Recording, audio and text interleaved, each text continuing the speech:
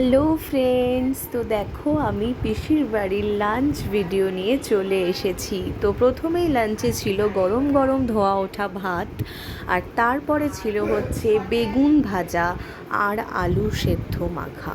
মানে গরমের মধ্যেও যে এত লাঞ্চ আমরা করে ফেলেছিলাম, এটাই ভাববার বিষয়। তারপরে ছিল হচ্ছে মাছের ডিমের বড়া, যেটা খুব ভালো হয়েছিল খেতে। তোমরা দেখলেই ব্রেকফাস্টে এটা মা ভাজতে ভাজতে আমি একটা অলরেডি খেয়ে নিয়েছিলাম। তারপরে ছিল হচ্ছে মাছ ভাজা।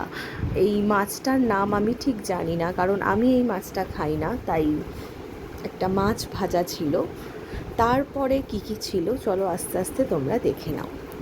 আর তারপরে ছিল হচ্ছে শুক্তো, বাঙালিদের ভীষণ প্রিয় শুক্তো। শুক্তো ছিল, তারপরে উচ্ছে ভাজা ছিল, আর শুক্তো উচ্ছে ভাজার পরেই ছিল হচ্ছে টমেটম দিয়ে পাতলা পাতলা মুসুরির ডাল, যেটা গরমে একেবারে ভীষণ লোভনীয় একটা খাদ্য।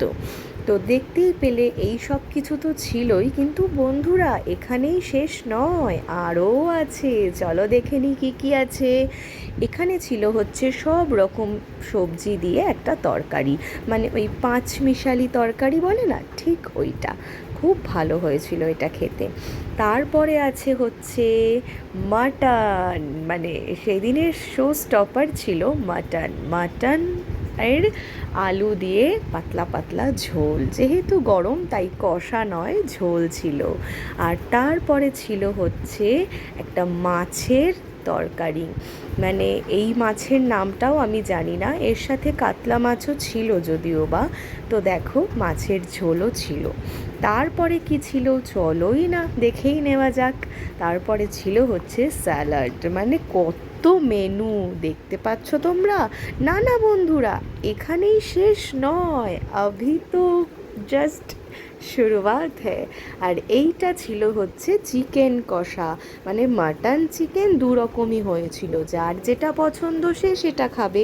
আর তারপরে সেদিনের শো স্টপার ছিল ট্যাং ট্যাং পোলাও, বাসন্তী পোলাও। আমার পিসি কিন্তু দারুণ বানিয়েছিল পোলাওটা, প্রত্যেকটা রান্নাই ভীষণই ভালো হয়েছিল, একদম অসাধারণ এক কথায় বলতে গেলে। তা আমার পিসির হাতের রান্না কিন্তু দারুণ। আর শেষ পাতে পাঁপড়ও কিন্তু ছিল।